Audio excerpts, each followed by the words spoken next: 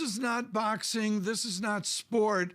There's a meanness here that you fought against in athletics for years. You state that the meanness of Vladimir Putin will go after these iconic symbols of your Kyiv. When do you expect Mr. Putin to go after those acclaimed churches and other sanctuaries? Regards from Kyiv, thank you for your question, but you can compare right now situation in Ukraine with sport. In sport, you have clear rules. If you break the rules, you will be disqualified. And especially right now in the war, we see the whole world sees there's no rules. The economy of our country is destroyed. It's big drama for all population, not just in the whole country, also a big drama in capital of Ukraine. Is big drama for everyone from 40 million people who live in Ukraine. A lot of millions of refugees try to find their new homes. People doesn't have a job right now. Economy doesn't work, and right now every day died people, civilians.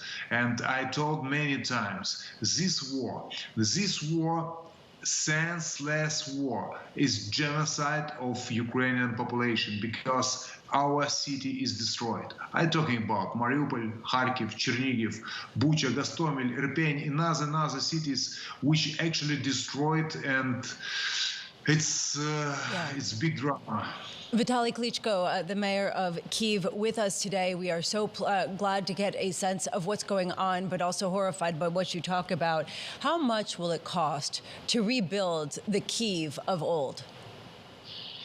Actually, we have right now is a huge impact for our economy. A lot of people jobless. A big part of the people evacuate to the safe part of the city.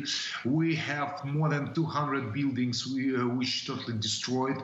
They destroyed all infrastructure. To rebuild the buildings, I guess it's not so big money. It's around $100 million US, but we lose the money in budget in our city. We guess it's around $1.5 billion US, what our budget don't became.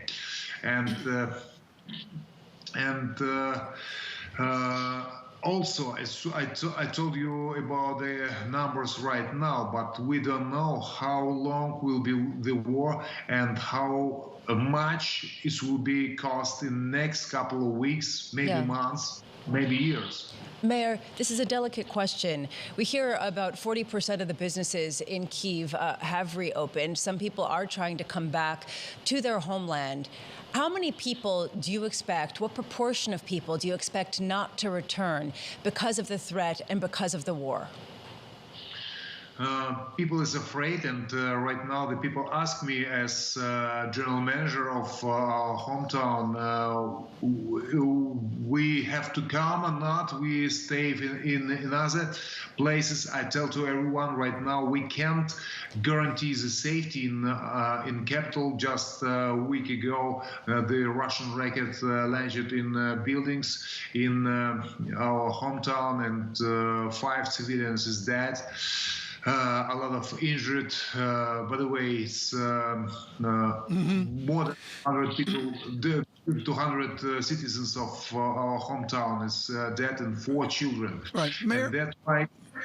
Mayor Klitschko, one final question, if we could. What weapons do you need right now from the Allies and from the United States? If you're afraid of further missile attacks, again on symbolic Ukraine, what is the material you need now?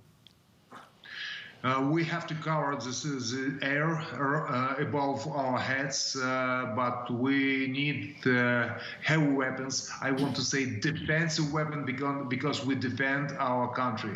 I'm not military. I'm not officer of military forces. That's why I can't give you exactly names what we need. But we need the weapon definitely because we stay strong against the strongest strongest army in the world, the Russian's army.